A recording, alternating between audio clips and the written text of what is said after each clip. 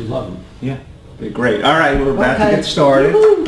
And good afternoon. Good afternoon. Good afternoon. It's maybe a rainy afternoon in Florida, but I want to thank you all for being here, and my wisdom warriors, as I like to refer to you guys. And I have a topic today that I'd like to throw out on the table, because AARP, has jumped into caregiving this month because it's caregiving month with both feet. And one of the things they did is they put out, there's a woman that works on by the name of Amy Goyer, Goyer, who put out a book on caregiving called Juggling Work and Caregiving. And I read it the other day because it was a free Kindle download.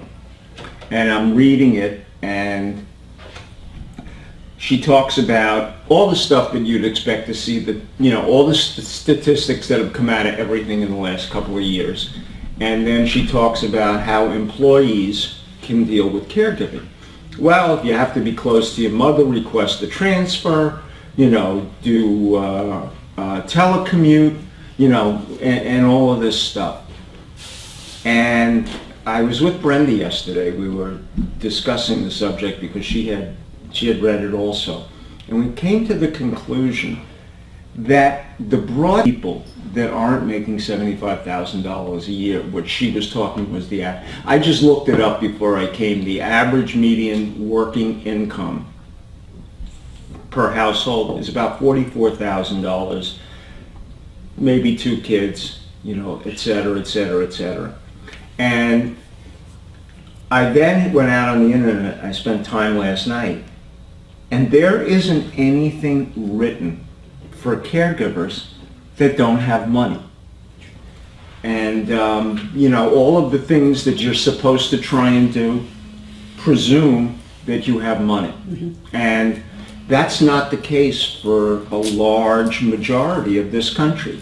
And the latest survey that they just did that United Hospital did with AARP and a couple of their writers, you can just tell that they went to the big companies like IBM, etc., and talked to caregivers, and they were looking for caregivers between 40 to 60, because that was the right target age. They're also the ones that were making the most money, and the average salary was $75,000, and that those big companies, for the most part, have adopted some semblance of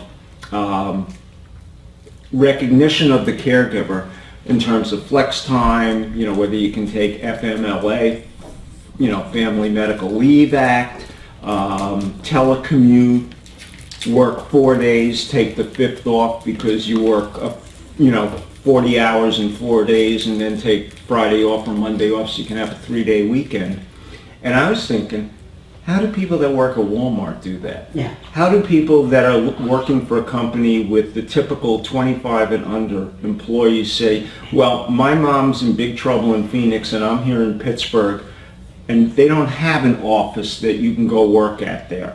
And the idea that because you're a machinist, how do you telecommute? And what I'm finding as I'm looking is that we have not only over the years had a stereotypic view of what the caregiver is, but the information, I was thinking about it, and I'm not casting any aspersion, but when Gail Sheehy, bright lady, we all know who she is, wrote the book on caregiving, and here was a woman of means who had the ability to do a lot of the stuff that most of the people in America and everywhere else. And what really brought it to a head to me was a week or two ago, I was doing a speech, as I told you, for the Caribbean Coalition on Alzheimer's. And so we had a number of folks from the Caribbean that were there in the audience besides the dignitaries that were there. And almost to a person, and I was just doing general information. I wasn't putting price tags on anything. And they said, but what do you do when between my husband and I, we earn $38,000? And I have my mother, and we're trying to juggle that, maybe between us a third job. And so I was curious, we've all been through caregiving, we're going through it now. What do you think? I think that somehow or other we have a big misconception about what a caregiver looks like. And that, the old stereotype of a 46-year-old daughter taking care of a 75-year-old mother is now being balanced by the fact that 44% of caregiving is men. And in the workplace, employed and not employed. But all of those techniques and all of the things that they were talking about required having some level of economic wherewithal. And I don't think that's the case in America, and I don't think anybody's really addressing the, quote, middle class and down, for who are just as conflicted with Alzheimer's or, any other dementia or whatever the thing may be, and can't avail themselves of telecommuting or, whatever it may take. Well, I'd like to say something, David. Why isn't there something on television to help people with this? Like your friend went through it. He wasn't, he wasn't with it, didn't know how to understand things, and he didn't treat you very well at the time until he started to go through it himself. Where did those people go? I mean, he had to be frustrated to say, where do I go for help? I can't do this myself. I mean, where do you go? Well, and that's interesting that you say that, because last night HBO announced that this Sunday at 10 o'clock they're doing a situational comedy about a family that has one of their members who has Alzheimer's. Very funny. Comedy, huh? Very funny. Right. Well, it's a little bit like what they did with All in the Family related to bigotry.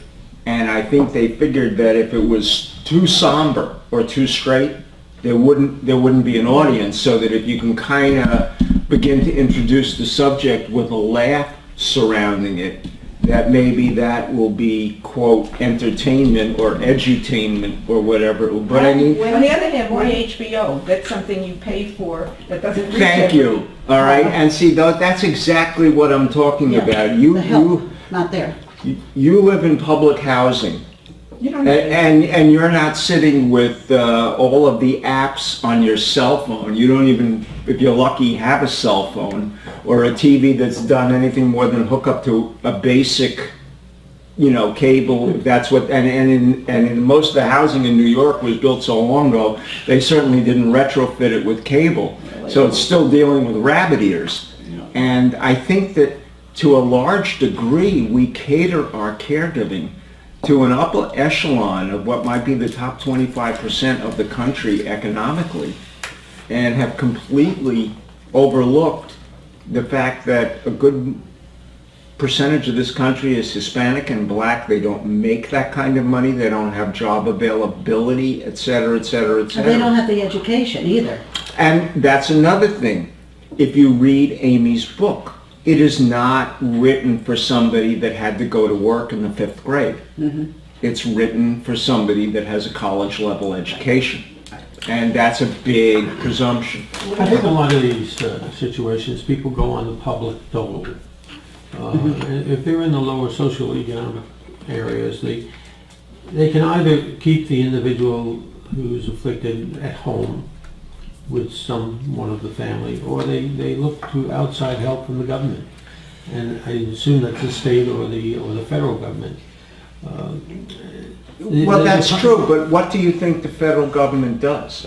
Well, there is, people go, obviously, they end up on Medicaid, and if there's no finances, and therefore they are eligible for benefits that others would not be. But let me stop you there just for a moment. That's a huge presumption that even if you had Medicaid, they'd have a bed. That's true. Another report came down yesterday. It was a big report day. Thursdays usually are. That New York, and New York City especially, which is a good urban area to take a look at, is 48 out of 50 states in having the capability of supporting any level of caregiving, whether it's economic. Most of the caregiving is in, as I said, public housing where you can't go anywhere in terms of getting out. We don't have nursing homes in the New York area the way we have here in Palm Beach County, and they're not building new ones because economically it's unaffordable. And the other part of the report that came out talked about the amount of assisted living that has dementia capability in it. And it's only 13% of all assisted living have any aspect of dementia capability inside of there. Don't you think, David, that in states like Florida and Texas and California, that they're bringing in, or people that are coming across the border without credentials, that they're being hired by these families and given a place to live in exchange for taking care of the individual? Undocumented. I think that I'm not saying that doesn't happen. Plus, excuse me, they're all still going to college. Right. But I also think that there's a broad base of person that even if you were trading them a roof till, let's say Homeland Security or whoever, immigration found them and very recently the New York Times reported that the huge influx of like people from Mexico, they're not coming to the United States anymore. There's more opportunity for them in Latin America than there is here. And so I think a lot of the original thinking was, and most of them came in without stereotyping them, to be part of the agricultural industry.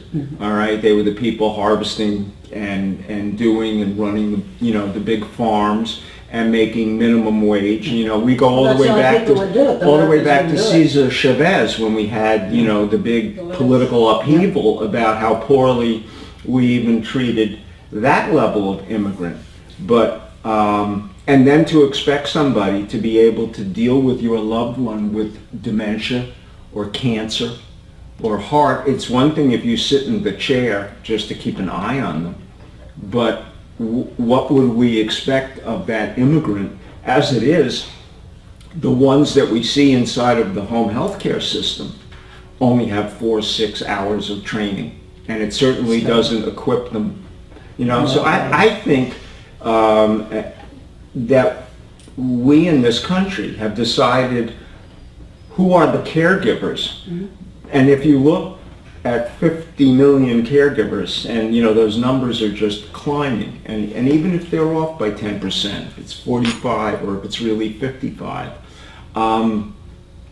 it's unrealistic to think that there are 50 million people in this country that can afford to follow and do, or even read and understand the information that has been put out there. And the people that write about it, I was looking at AARP's Caregiver Board of Directors because I wanted to see who really was in the trenches. Everybody was a PhD out of some university, like a Peter Rabins or Robert Kane, who's at the University of Ohio, runs the Department of Gerontology. And while he was a caregiver for his wife and wrote a book called It Never Should Have Been This Way because he couldn't figure out what to do, and he had a lot of money and made a heck of a lot of mistakes. And he said, I had access to the whole clinical system, and they didn't know what to do. And it was like that, one right after another. There's nobody that's out there dealing with caregivers. And even our caregivers that we see are of a reasonable economic level, notwithstanding that would not fit in a lot of other places. Maybe that's not. Maybe that's how they're going to work out eventually. You don't know. Maybe the AARP demographic study would apply to that segment of the population that it was studying, that it appealed to, that and that would be effective for that segment. It may well be that the people with more medium income or lower income will have to be studied in a different way. And my guess is that it'll be handled at that level much like the children are handled at that level. You see, a lot of families, you feel that when the kids are being raised by grandmothers, that's very, very common. Yes. Aunts, uncles, sisters, brothers. Okay. This is and that's usually at a lower economic level. It may well be that, I mean, that's where that studies should be directed and solutions sought in that particular area. I But think that's a great idea. well, I agree with you in that respect. The problem is no one's doing it. Yeah, but All we'll have right? to find something And to do. we've got millions upon millions of people who have Alzheimer's who are in the lower socioeconomic, wouldn't know a neurologist if they saw one, can't afford Aricept and Exelon even. Not that it does anything. Yeah, and not that it does anything. And nobody's there to explain to them in a culturally appropriate, language correct way of knowing. I'm not being argumentative about it, but I'm saying, yes, AARP, which represents itself to be retired people, and never, when they were, quote, representing the masses, ever made an economic decision about who over 65 was a member, whether they had money or they didn't. When they would go to Congress, they just said, we represent retired people, regardless.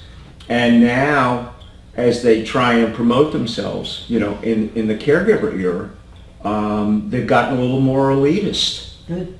And they're some of the only ones doing much. But I see all the studies that come down, and they all tend to replicate because they only have access to caregivers inside of large workplaces, inside of traditional locations, and when they do a phone study, they can only reach certain levels of people. They don't know in advance whether they're a caregiver or until they ask them, are you taking care of somebody? And it's just one of those things that I think that there's a huge amount of people that are really suffering and trying to reinvent the wheel, and nobody's addressing it. I think it takes time. If you go back to the era of AIDS, when AIDS first became an issue, institutions, governments, nobody, medical fraternity, nobody was addressing the issue. And it took a long time, a decade, longer than that, a couple of decades, before it was recognized as a problem that had to be dealt with. And they dealt with it. And today, it's not that type of an issue. I don't think you're looking at apples and apples. I think this might be the, No. let me finish. Not enough. I think this might be the same type of issue. People have not aware of it. The same thing when during the Kennedy years when he talked about people being responsible for their own health. And they started getting people going to health clubs and gyms. It took a long time, decades, until it really became a factor in the lifestyle of the country. I think this is a similar type issue where the seriousness and the degree to which it occurs in the population, it's taking a time for people, not just people, but for the institutions, for the government, for the people who have to address it, to really say, hey, this is a problem, we got to address it. Because that's what it's going to be addressed, not so much by individuals, even if it's training caregivers, it has to be done by institutions, by governments, local governments, state governments, federal government. People can't do it on their own. They have to have funds. So we have 50 million people now that are waiting for the recognition that we ought to have 100 million? I'm not saying, Before we attempt to do something? I think it's a process. And we face not the similar issues, but other issues. We've known And they're aging has finally been addressing it, coming. and they finally address it. From the day we were isn't born. isn't that what Churchill said? And you can always depend on the Americans. They'll do the right thing after they've tried everything else. So after we try everything else or not addressing it, eventually we'll do the right thing. Okay, so in the I believe meantime, because we don't have facilities, We don't have and we never will, and I've been through that rhetoric. So everybody's going home, and Medicaid is trying to push them from going into nursing homes because we only have a certain level. And the people we're talking about can't afford assisted living by any means. And a broad majority of that assisted living is 40 units or less when you looked at it. And there's almost none in the Midwest and very, very little in the far West. You remember our friend in our Wednesday support group who had to send his significant other who had dementia back to Montana? Yeah. But they had to wait until they built Yeah. the There was first nothing there. facility in Montana, all right? And Montana has proportionately as many dementia people as the people with dementia. And I'm using dementia only because we tend to gravitate in that area. Why? Because in the Northwest, people do not leave their lifestyle. They live there. They don't move to California to retire. They don't come to Florida. The Northeast and sometimes part of the upper Midwest do, Chicago people, et cetera, but most of the West stays in place. And so they're all aging in place and suffering the same kind of thing. The other day, I asked Freddie on the radio show, one of the things I asked him is, because he can tell some of the demographics, I said, where do we get a chunk of viewership from? And you know what he said? Alaska. Those people are basically kind of frozen in place. All right, and so they don't have a lot of ways to hear and even have somebody talk to them about caregiving. All right, and so the little that I'm able to do vis-a-vis what we do on the radio and then on the internet is some of the first they've ever seen. And, we turn around and we say asset protection. How many people can afford to do asset protection? For the most part, they don't have any assets to protect, all right? Or could they even afford to go somewhere, and it may be a question of eating and having a durable power of attorney or an advance directive to be able, if they even understood that they couldn't guide what might happen to their loved one in the healthcare system. And so I think it's a little disingenuous to just serve up to the population that can afford what the writers have written about. I've yet to see, the only person that I ever saw write about it was my professor when I was getting my degree in gerontology. She was a woman by the name of Dr. Elizabeth Jett. And she wrote about caregiving in poor, rural, black communities. And if you want to see a radical difference in what the impression of caregiving is, who does it and how it's done, it is nothing like anything that we've ever been exposed to. Is my impression of that, and I don't have any experience to back this up, is that in some of these poorer economic families, they actually have more of an extended family than the middle class. True. Right. And there are more aunts and cousins, they have larger families. Well, they have a lot kids. of what's called fictive kin. They help Aunties each and other. uncles that are Yes, just yes. people in the community. Yes. And You know, they're more and they do a little play it They're forward. more willing to pitch jump in and help. Whereas maybe in the higher socioeconomic class, well, everybody's employed. You can't use your nephew because he's busy with his working. law practice, and you can't use your cousin because she's off doing whatever. But here, a lot of them are unemployed, and so, gee, I gotta take care of grandpa? Why not? I'm not doing anything anyway, kind of thing. I think the distinction that I'm trying to make is that one of the reasons all those books are written, and looking at who I've just said they appeal to, it's because even in the upper socioeconomic, college educated, that even if they had somebody, they don't know what to do. It's true. All right, it's Yeah, I don't all right, disagree with and that. they're just as confused. And are there, community resources and what is there? Because even if you're employed and in that category, you may not have disposable income at the level needed to take care of a loved one. And so the fact that the lower socioeconomic may have more people to spread it over potentially, but they're all working. I mean, to a great degree. They're the ones that are manning the Wendy's and sweeping out the stores. And I know that's a bit of a stereotype, but they're not making much more than $10 or $11 an hour. And when they come home from work, they may have a double shift that they're going to, and then trying to deal with a disease they don't understand, do things. And one of the things that is reported out is there's so much more to do than there used to be. That in terms of clinical, wound care, all those kinds of things, there's so much more expected. How do you translate that to the masses? And what do we do with those that exist while we're waiting for Uncle Sam or the state of Florida that just did its purple panel and found out they're very, very ill-equipped, and this is the best state in the union when it comes to dealing with elder of anybody. And that purple panel pointed out, we don't even know who our caregivers are. We don't have the resources. We have more daycare centers than anybody else, and it doesn't make a difference. Excuse me. Sure. Go ahead.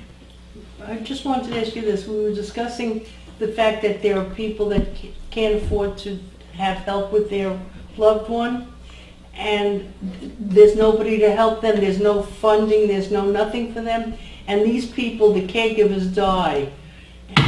What happens to the person then? Thank you. I don't know what happens. I don't know, but- Does the next person in the extended family step forward? There's no Not extended usually. All right. Not usually. And so, and I also say to you, one of the things that I'm talking about is not just whether or not you have somebody else to help, but how are they learning what to do? Nobody is writing Right. at their level, in their culture, in their That's true. awareness Yeah.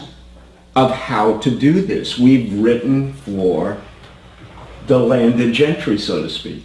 Well, the truth is that not only doesn't the common man understand the disease, but some of the aides don't either, because No, they haven't definitely been, not. they Right. haven't been trained enough to No. understand what to expect and what's in the realm of the disease and how to handle it. Look, even the medical profession is having a very hard time. Nobody really has a handle on Alzheimer's. I never met a CNA in any place that I've A gone certified into. nursing Yes, that is not broke. Every one of them are broke. Because they'll say things to me like, I can't even say Make it to ends you. meet. Yeah, like, I'll say, oh, kiddingly, borrow some of your money, you make a lot of money. And they'll give me the dirtiest look. Like, and they don't get,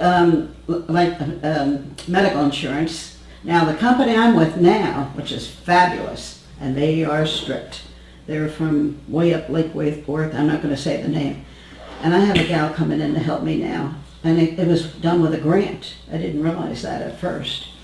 And this gal comes, and she's really lovely, clean, and they all have to wear uniforms. That's the way all of it should be. It has to be the same color every week. So I guess they buy a lot of the same color uniform. She is neat as a pin, ambitious. She's originally from Argentina. And she does things above and beyond. That's why I won't name the place. And she is so clean. She comes in that place, and I only have her once a week. I don't need her anymore because I keep my place pretty nice. And but she is not allowed to come to my house on the holidays, ever. I'm not allowed to go to her house, so like if she wanted to invite me for Thanksgiving, they're bonded and they're insured. And they What more- can't fraternize. What more can I ask for? All right. What more could, I am And this is blessed. an aide? She's an Right. aide, but And she's been well-trained in California, and she's got two, she's not only got the CNA, she's got what, HHH or something? That's a home health aide. Yeah, she has as that well as a license, and she certified had to go to nursing. school extra for that. All right, but now let me ask you a question. Recognizing that, and I don't think you were kidding, and I'm not trying to put you on the spot, Right. from an economic perspective, if that agency didn't have a grant, would you have an aide? No, Okay. but I never heard of it though. Okay. That's the first time, I've had All right. companies that they sent me drug addicts in my home. And luckily Bonnie was there at the time, and she's been a counselor for that situation. And this girl was standing vacuuming for like 15 minutes in a trance. Then she goes in my bathroom. Bonnie heard her opening all the bathroom Right. doors. I'm not talking about somebody who's a homemaker, all right? What are you talking I'm about? talking about somebody that is there to take care of somebody who's in bed Oh, with yes, a serious Yeah. affliction, be it Oh, yeah, dementia well, of she any could do sort. this, but I don't need it. She could Okay, do it. well, but I don't want to, miscast what we're talking about. All We're right. talking about there's a whole huge group of people that are going through the same level of caregiving that you and I might go through, that nobody is writing information for them, as I said, Yeah. at their level, their language, their culture, that means anything. And all we see are people that in retrospect tell you how they took care of their grandmother and remember only what they really want to. But my point, excuse me for interrupting, is there you go with the training, the different places of training. Now, Where my husband is, I don't know how many, where they went to school, or if they have license or anything. I don't know that. But this one, I do know, and I like the idea that they're very strict. Who pays to train or even sets foot in Well, apparently the this body, agency the made them go barrio? to school. No. Who steps in to the barrio, to the slum, to the Oh, yeah, I Harlems of the understand what you world, mean. to the south side of Yes, Chicago, you know, yes. and says, They have no we're hope. here to help you? Are Who? you suggesting that the leadership It's not there. is in... They've completely, what I'm saying is, they completely, in this day and age of caregiving, have completely overlooked where the bulk of caregiving really takes place. At home with people that can't afford the right time of day. I'm going to take you back into industry, which is kind of where I'm from. My background is industrial engineering, which is really trying to make things more efficient. We're operating at less cost and more effectively than we did the day before. I always found that the greatest ideas came from the people on the floor, as opposed to going to others who, obviously there's a certain level of education because there's communications that are required. But when you went down to the people who were actually doing the work, and you began to talk with them, and you got ideas that were allowed for opportunities for more efficient operations. Are we not reaching out then to these people that are on the floor? And I'll give you the perfect example. Our Wednesday group is of a socioeconomic level and literacy.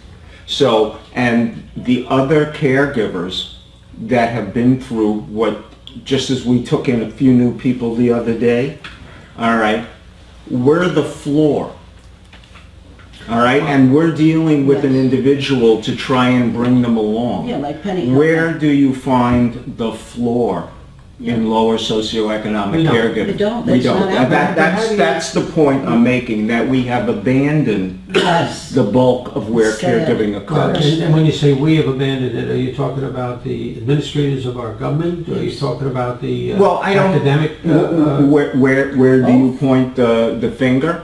You point the finger at those that have raised their hand to say, we know what you're going through, and so we write about it, and we put resources on the internet for people that don't have a computer, don't have a cell phone with an application for it, and on and on and on. And so they are truly reinventing the wheel every day.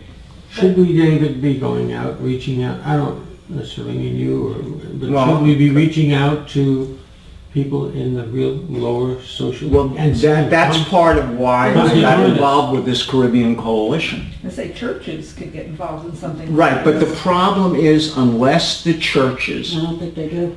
have people that understand what the caregiving needs Yes, are, that's not right. just, I mean, They the need the churches are training. busy enough feeding and providing spiritual guidance, but I don't think there's a priest, rabbi, reverend, what have you, that ever took a course in caregiving. Yep. And I'll tell you a story. I've told it before, but I'm just going to repeat it here. I was responsible for supporting caregivers in a carve-out group of frail elderly in Tennessee. And I would speak to them at night. I knew who they were, and I'll never forget one night I spoke to a woman who was taking care of her husband with dementia. And I asked her what was she doing. She says, well, I'm here in my chair and I'm reading the good book. And, you know, are you stressed? Well, the good book helps me a lot. But, and then she said something that I've never forgotten. She said, but you know what? There's no chapter in here on caregiving. And that blew me away. That no matter how spiritual you may be and how loving you may be, trying to do something like that with no awareness of what you're doing and And where getting to go up get every help? morning and Who can I call? reinventing whatever Where can I today's get help? wheel is why would we think it's any easier for the poor than it is for those of us It's that have a little more education and a little more money, and we go through the same guilt, resentment, anger that anybody else would, and they don't even have a system addressing them. They're lucky if they're eating. When we cut the food stamp program back, those people had to make a decision. Can I even stay home and care because I can't eat? All right, so I Cutting your medication so in I half. don't think in waiting for government and others to finally recognize, especially in this political day and age.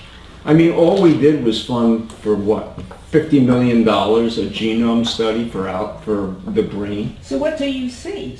I see as that people reality? like myself have got to get down. This book is fine for the people that I deal with. They can read it. It's written at a certain level. It talks about some of the same things, you know, that others have, but I think it's a little more granular. I once had the opportunity a number of years ago in a local community of people from Haiti. And the Reverend came to me and he said, I need you to come and do some caregiving. And I said, why? I said, you people are really good at what you're doing. He said, I'm not talking about caregiving. They don't know what to do. And when it happens at home, they interpret it, you know, like Santeria, or that it's a demon in their heads, or whatever it may be. And you know what we had to do? And I'm thinking of going back and doing it. We broke it down and made comic books written in Creole that showed them what they were doing and how to do certain things. Not so much turning them in bed, but what was happening with dementia. And you know, this was a number of years ago when I was working for a company that could afford to do that. But I mean, it's that kind of thing, to really break it down to a pictures and words level, culturally appropriate, that people can understand. But David, you talk about uneducated people, you talk about minorities, you talk about third world countries. But you know, you take this place, Florida here, where the people have a little higher education, have a little more money, a little more education, everything, and they don't know any more than they do. If they don't come to a support group, if they don't go to a meeting, if they don't have the means to learn, they are just as ignorant as the people in the Thank you. Bronx and the people in But Miami. Penny, excuse me, there's nothing on television helping people where to go. It took me a long time. I was going somewhere else for class. It was horrible. Then I found David. So instead of putting all the money into research, which is never going to help, No. take that money. I don't disagree. I disagree with Well, that. first take that money and start having some sort of classes around the globe, around the Well- country, for people to get their very first bit of But education where do we as to what's start getting happening. that out there to put it in people's faces? I don't know. What do you think would have happened if we were to put it in, I don't need to do this literally, but put ads in the paper saying we want to form a group of people Yeah. to meet who are caregivers to discuss the problems of caregiving? Yes, great. I mean, idea. as far as Need a as far as I could tell, we had a very large group Wednesday, and this group here as well. As far as I can tell, almost everybody that goes to those meetings was brought in because someone Led them there. Yes. and brought them there. Exactly. But it's not like all of a sudden somebody said, you know, I need help, where can I go? Yes. And even if they said that, they wouldn't know who to ask. Right. Do you know You need that? more facilitators. Right. David can't We be need more everywhere. facilitators. Right, and you know, every But time at this point, almost yeah, and everybody in our I'm group trying to do that, and it's not that I'm trying to say me. I'm one individual who's tried to get it out in the media, who's tried to put it in books. have. Who has, but yet, even I made the mistake of recognizing that I was talking to the groups that I knew the most about. And it was a real eye-opener when I was asked to Well, step it wasn't in about for the layman. for the Caribbean. And what happened to me much earlier in my career with the Haitian group. And, you know, it's one thing to have a support group. Can a working mother who's taking care of her father and still has 2 kids get out at 6:30 or 7 o'clock to go to a support group? Yes. It's Or is she working a second job down the block? true. Usually they do. They work All right, together. and so, and who has trained the facilitator that maybe ethnically and culturally appropriate, but nobody has ever set forth and said, you know, you need to be able to deal within the community at a granular level. Well, don't you think, David, that some of us that have been in the support groups, as we have been, are almost at that level where we could be facilitating? Right, but do you think that if you went, and I'm just making a supposition, into knowing what you know, into a community of color at a much lower economic standing, that first of all, they would necessarily understand you. I'm not talking about illiteracy, but I'm talking about health literacy, and to even understand more clearly what the disease, let's just say we're dealing in a similar situation to what you're dealing with and what a lot of other people here have dealt with. Even though you have the knowledge, I would rather say to somebody like you, I wish that you could find 8 people who would go back into the community. Who are they? That you would take your knowledge and educate, and then let them figure a way, like a Rosetta Stone, to interpret it, to tell their community what's available, you know, that everybody goes through immense levels of stress, that nobody's perfect, and that the system stinks. You're talking about a trainer. A train. Yeah, but I don't think by telling them the facts does any bit of good, rather than to have somebody that has gone through it. A facilitator. But here's what I'm saying: without a facilitator, Yeah, training. that the group we're talking about would listen to, and is, as I said, that not only color-wise but culturally appropriate, then you would have a support group of people dealing with it in the South Bronx at their level, where you would start to see things come out of that would respond to what we learn at the level that we do it. But there are people that are barely able to eat, Yes. that are still dealing with the same We're thing. like the AARP study. We have facilitators and we have support groups at the level of people who can afford to put their loved ones into an assisted living facility, a daycare facility, and that's where they exist today. They don't exist anywhere else that I'm aware of. That they're in the FAU has one, of course, this Mayvolan has one, we have one. But this is almost like the AARP study, just So a that's certain only about segment. That's what I'm a certain saying. level is the only one that has it. How do you get into the other areas that are not able to, are not exposed to this type of environment? Because that's what I just said. In training the trainer of what might be ethnically and culturally congruent. You mean like missionaries, then send missionaries out? Well, that's almost what it is. Into the other communities. Exactly. Yeah. But instead of trying to change them No. from being, you know, quote, I don't mean this, but I mean the missionaries that went to Africa tried to stop cannibalism and turn it into Catholicism to some degree. I'm not talking about converting anybody. I'm talking about going in and saying, we know what you're going through, from somebody that they would identify and listen to.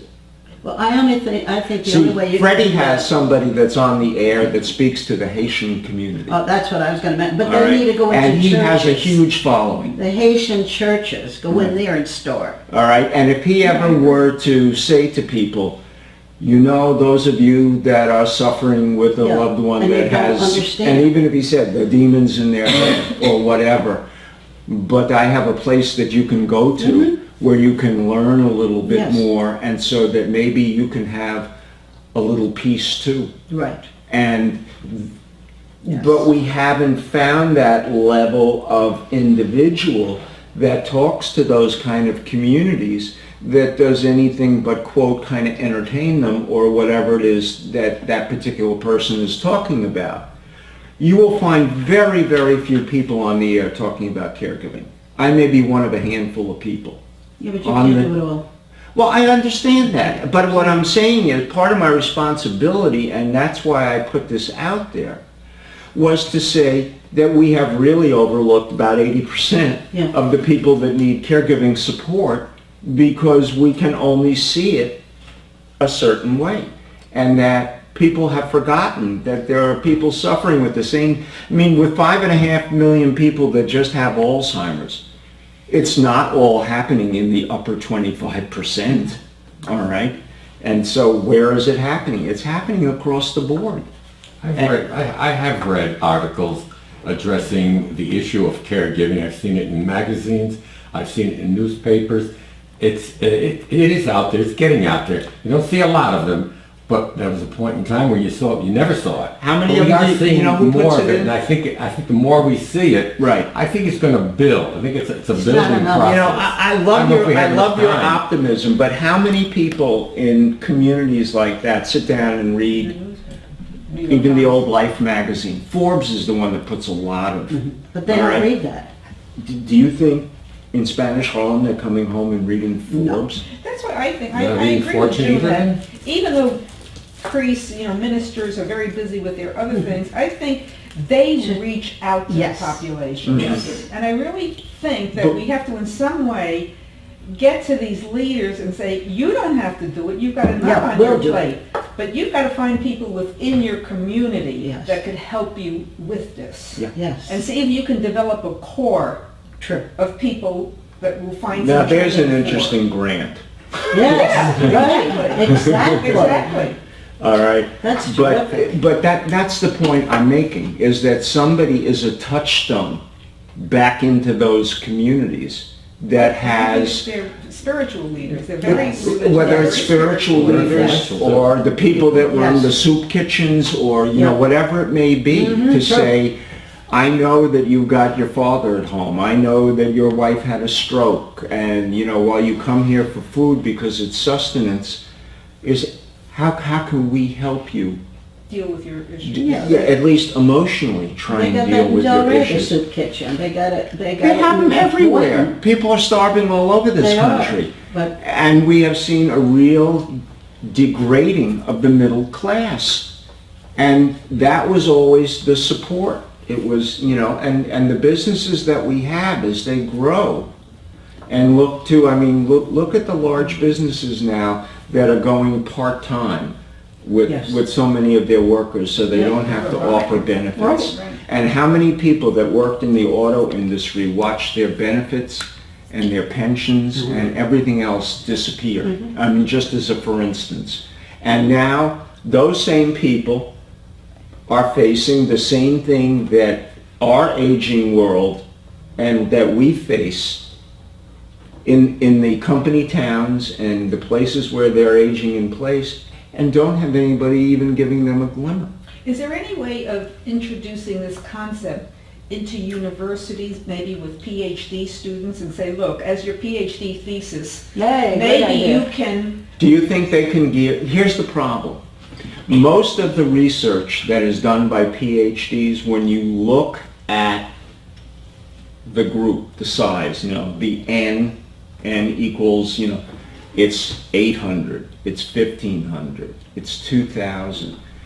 Unless they're out there getting their feet dirty, so to speak, feet on the Get in the ground trenches. in those communities and in those locations, so that they have an appreciation. And the problem is then when they write it as a PhD, it's written at a certain level, and the big problem is, and they always tell you, it's 15 years from the time an academic writes until it gets down on the ground, and the person doing it on the ground may not be able to understand what that person even I'm not wrote. even talking just about the writing, I'm talking about the going into a community and going to the preacher and saying, look, Yes. there's a real need in this community for some Right. caregiving education. Right. Is there any way we could work together to establish Help. something within And it's something the we need community? to do in our own backyard. But I'm saying, Yeah, we don't but I'm even saying, have. if yes. we could reach through the universities maybe in some way and get young people who are very idealistic, involved in Right. doing something like that. And All the right. question is, do we go as a group, or is that too much? Well, I wasn't looking for you guys to be the solution, Yeah, but we'd like to help. but you do have your hearts in the right Yes. place. All right, and it's a question then of finding the people to train that then can go into their community and take what they learn and break it down so that those that they deal with can deal with it on whatever level they can do. But I mean, they don't have, think of the last time, and I'm not picking up, but I can think of 4 major community daycare centers for Alzheimer's that I have never seen a person of color in. Think about I it. Well, have. that's because they can't afford it, they charge you No, for I, it. well, if they're a veteran, they could go in there. They could Yeah, go- all right, that's a different story. There's somebody that is willing to pay for it. Medicaid. Medicaid, for all that we respect Medicaid, but listen to the question that I'm stating. Okay.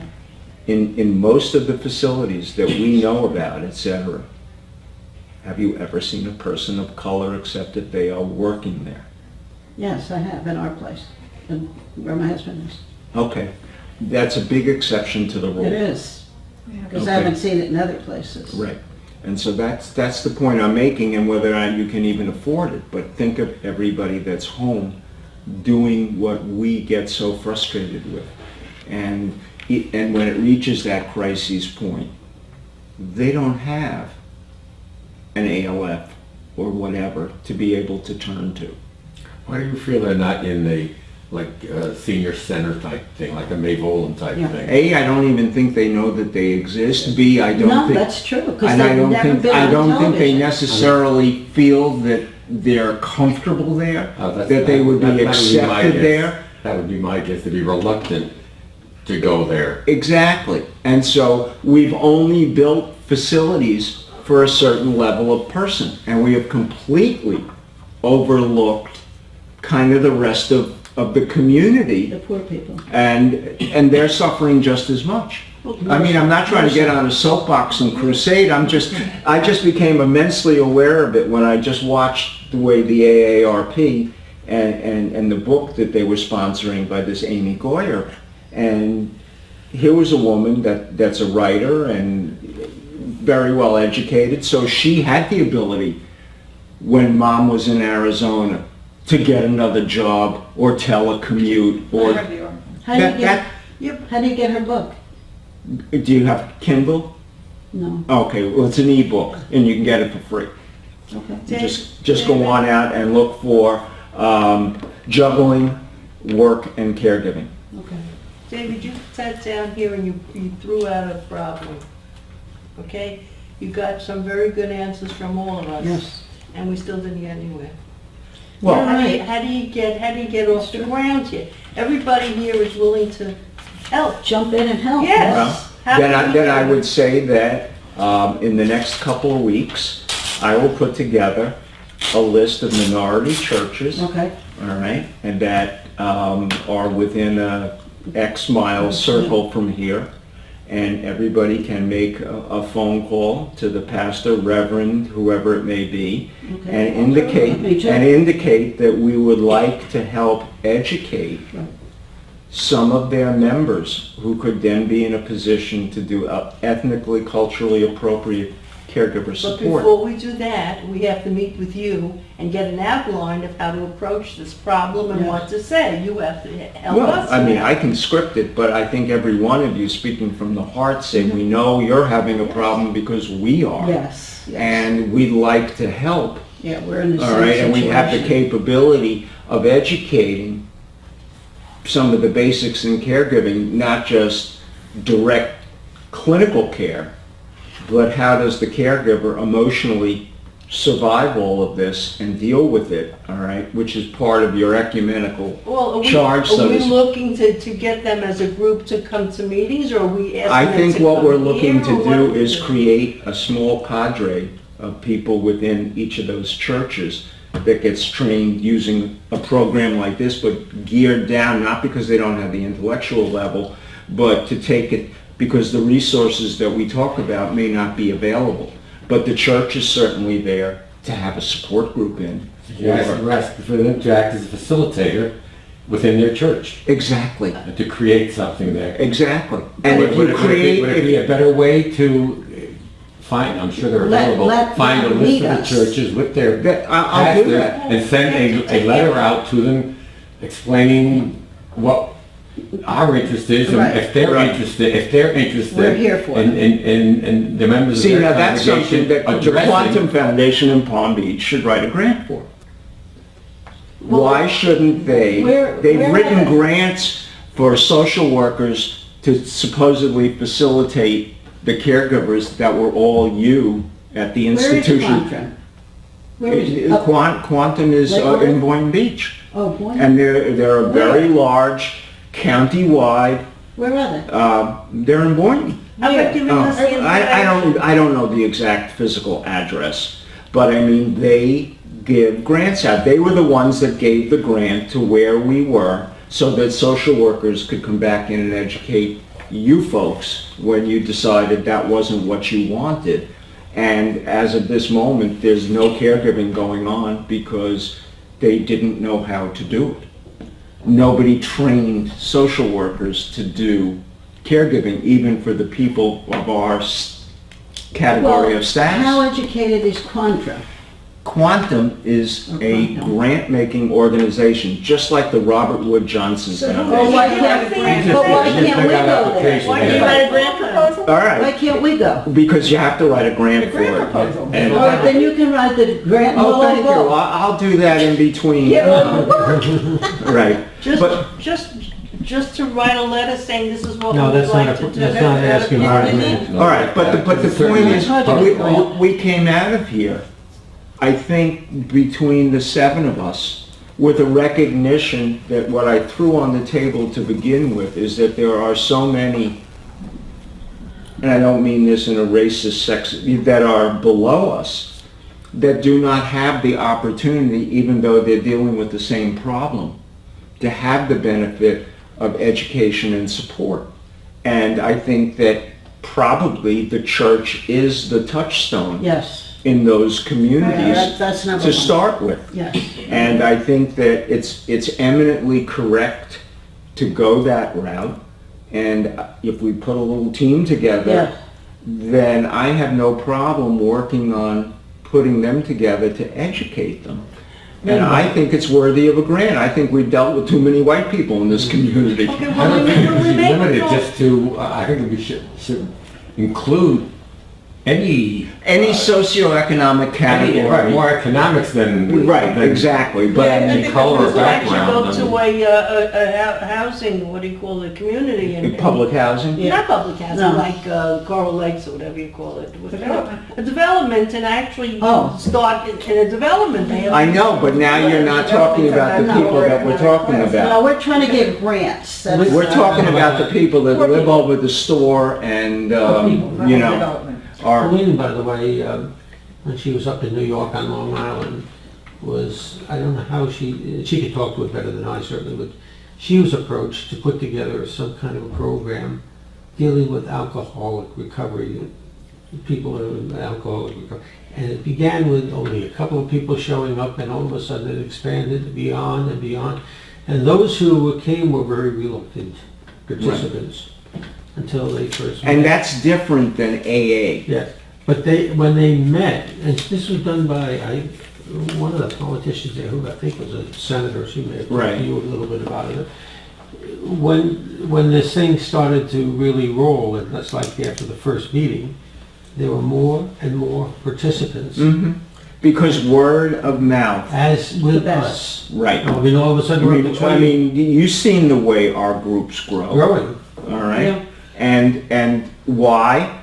Because people come there, they know they're safe, they know they can put their stuff out once, you know, even that woman that came for the first time Yes. that was there with her sister-in-law or Yeah, that sister was Penny's. was nodding by the time you got through Yeah, she was, in finally. talking Yeah, you about got to resentment. her. Yeah. All right? But you kept at it, which was great. Right, In a nice way. and thank you. And here's Yes. somebody that needed it. And if you didn't keep pounding away Right, to get her to come, that would be another victim of Yes. the disease. yes. All right? And being hurt and depressed and, Exactly. And so I'm really pleased that we were able to get this into is this a great conversation. conversation. I think that it's socially responsible, and I think that based on what you people know, putting together a little team to contact Yes. those minority Yes. churches would And be a also these wonderful soup idea, kitchen because places. I'm willing to train them. Could you give us a conversation? If we're gonna all make phone calls, we have to say something. Can you tell us Sure. what to say? Yeah. And then take it from there And when... then, and then, what to then do what with we'll that? do is I'll tell you what, the first thing you need to do is contact them and say, we're putting together a number of the minority church leaders, the reverends, the priests, the rabbi, whatever they may be, at a meeting to see how we can help these communities with the caregiving that they're going through. And rather than make it a long, Drawn out. drawn out thing, and even like Sam said, if you sent them a letter and say, you know, on Saturday, on Tuesday night, we're getting together with a number of the leaders of the faith community at a level to start to But you become. need to talk to them first on the phone. A letter is not... Well, that's gonna do okay, it. I know Well, one already. All right, but on the phone, To- you to- need the one-on-one. yeah. Right. No, I would do one-on-one. I don't say that that's not the case, and then the conversation is, we'll be calling you to see, hopefully, you know, to give you a little more information, and that way you got an icebreaker in there. Right, No, gives you I an- like to talk to and where somebody it's gonna person be. to person, I think- face Yeah, to but that's what I'm saying, you put them in a room where somebody can address them. When I Right. had all these people the other day from the Caribbean thing over at the Civic Center, I was, you know, that was the first time a lot of them, forget whether they were ambassadors and consuls to the various Why islands. did you invite us? Now, wait a minute, did you get anywhere with this? Are you able to then say, what are you going to do within your community? Well, now I'm being asked to help put together, along with Freddie, how we're going to communicate caregiving down to Santa Lucia, Dominica, Wow. using the But how internet about- and Skype. How about here? Well, Yes. now, one of the things, I met a lot of the people that are in this community who have said, can you help us? So All why right. don't we combine this with? Well, I'm first going to create certain things that will deal with it at a level. Is there anything we can do between Yes, now there's and plenty. then? Well, I'll let you know that, but I mean, I just wanted to put this on the table, and we've got to kind of, you know, sum this up. And what I would say is, I think today we raised the Yes, recognition we started it, of the ball something rolling. that has been sorely overlooked in what's available. I'd like to ask, excuse And that me. having benefited from knowing what a group support can be, maybe we can extend it down the food chain a little Yes, bit to deeper. those that can't. And so I want to thank you. This was a Terrific. great meeting today, and I think what we caught on tape really makes a difference. I'd almost, Freddie, like to post this out there. Excuse me, As there's one is. thing I'd like to ask, which I don't know if it's apropos. Is there any way that Vitas can help us get a grant with contract? I have no idea. I will look into the grant aspect of this, okay? Because I would think they would help. But All what right, can we do right now? And what you can do right now is say Wait. goodbye, All right. all right? This is a major change in our Yes, this is thinking, wonderful. and I think we're sort of like turning a corner now. Yes. That many of us may have thought about. Right, but and didn't I do think it. next and reaching Wednesday, out. in the I think that's spirit very of good. I think that Thanksgiving, really is very meaningful. we ought to drop it on the table with the rest of the group, just to Yes. get some more This is feedback. giving back in a major way. Exactly. A major All right. I mean, you Thank- helped thank us, you, we gotta guys. help them.